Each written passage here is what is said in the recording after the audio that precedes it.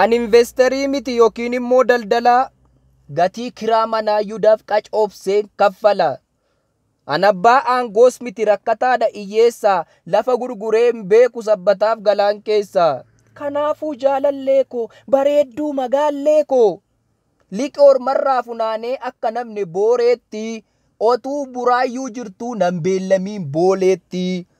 Akkititti na yaadduuf akkin jiru gargari narraan eeggatii maaloo gosa piizaa bargarii meenuurran sakattayiin chiikee naatiif lazaanyaa hani jaanoo argeen beeku na dhoofsifta maggaanyaa infunaaniin giiftii koo akaakuu aafaaf baalaa yoo dhugaa na jaallatte shayiin itittuu caala.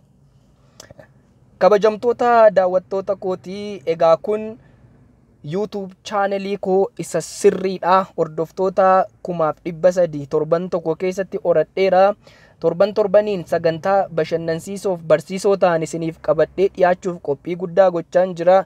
Wal barsiifnaa, wal bashannansiifnaa, walirraa barannaa. Ani akkuman kaleessa isin wajjin ture boorillee iftaanillee isin gammachiisaa, isin bashannansiisaa, isin wajjin ta'uuf waadaan isinii seenaa. YouTube koo kana subscribe godha. Namnillee akka subscribe godhuuf affeera.